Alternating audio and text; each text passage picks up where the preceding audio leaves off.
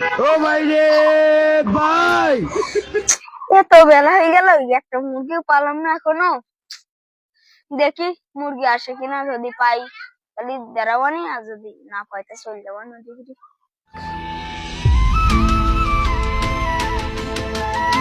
এই দাঁড়াও দাঁড়াও দাঁড়াও দাঁড়াও দাঁড়াও, হেলমেট তো ঠিকঠাকই আছে, দেখি। এই কাগজপত্র বের কর।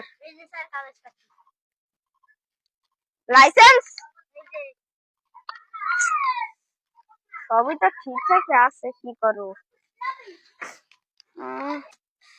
সামনে ঈদ, বড় যদি জামা কাপড় না কিনতে পারি তা বাড়িতে বড় বের করে দিবে।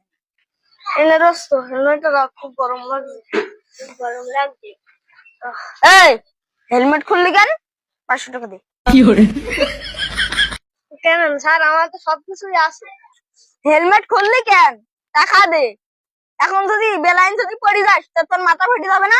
স্যার জরিমানা আমাদের দিবে, টাকা দে। সরি স্যার, এটিএম কার্ডে 300 টাকা আছে। যা চল যা। এটিএম কার্ডে যে টাকা আছে, আমি বই শাড়ি কিনা হয়ে যাবে, যাই।